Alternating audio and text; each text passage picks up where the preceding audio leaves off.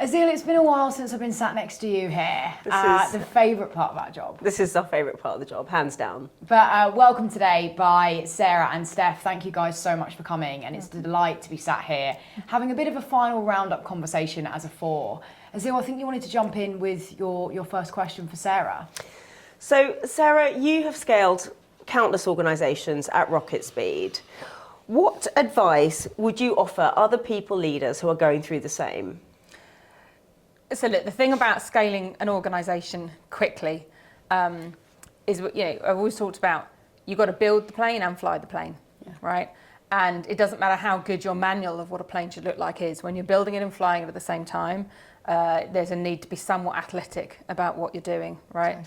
And my experience of this fast scaling and fast changing environment is that as a leader in that position, you have got to be hot-footed. About 1 minute, you're at 100,000 feet, flying that plane and looking at the land, and you can see the whole organisation. You can survey it, you can understand it, you can analyse it, you can understand which piece of the infrastructure of an organisation, which people you need to hire, what process you need to put in place, what tech you need to mature to support the organisation. And the next minute, you are on the ground again with your sleeves rolled up, getting the work done. And there is no amount of theory that is going to help you at that moment, because you've got to roll your sleeves up, because leadership is doing, right? So my best advice to someone embarking in that is sleep well, eat well, look after yourself, put on your own oxygen mask first, to continue our plane flying analogy. Because you're going to need your head and your hands and your heart throughout the whole journey. But and you will make mistakes, and you will adapt, and you'll carry on, and that plane will keep flying. And please try and enjoy yourself along the way. Brilliant advice. I love that.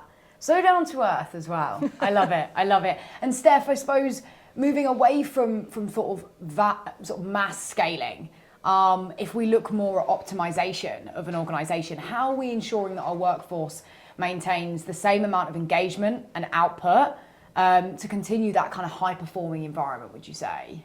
Yeah, good question. I think that it's a real hot topic at the moment, especially in a global environment where there aren't as many businesses scaling at the pace that we've seen historically. For us, what I've seen in the past that works really well is, rather than when someone leaves an organisation in a specific team, the natural essence is to backfill that role, because the capacity is there, and we have the cash to pay for that backfill, and we're not as cost conscious, and we're looking to scale and keep driving performance. I think when we're optimizing, the mindset's slightly different. It's much more of a slower approach. So we sit down, we talk with our hiring teams and heads of departments and C-suite, and we look at what do we need that function to look like now.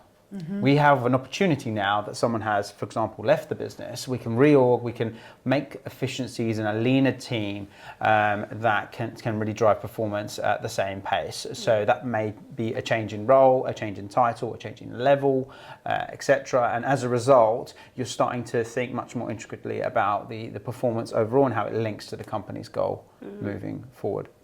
Amazing. Thank you guys so much. It's been an absolute pleasure. And we hope to see you again soon. Thanks, guys. Thanks, guys.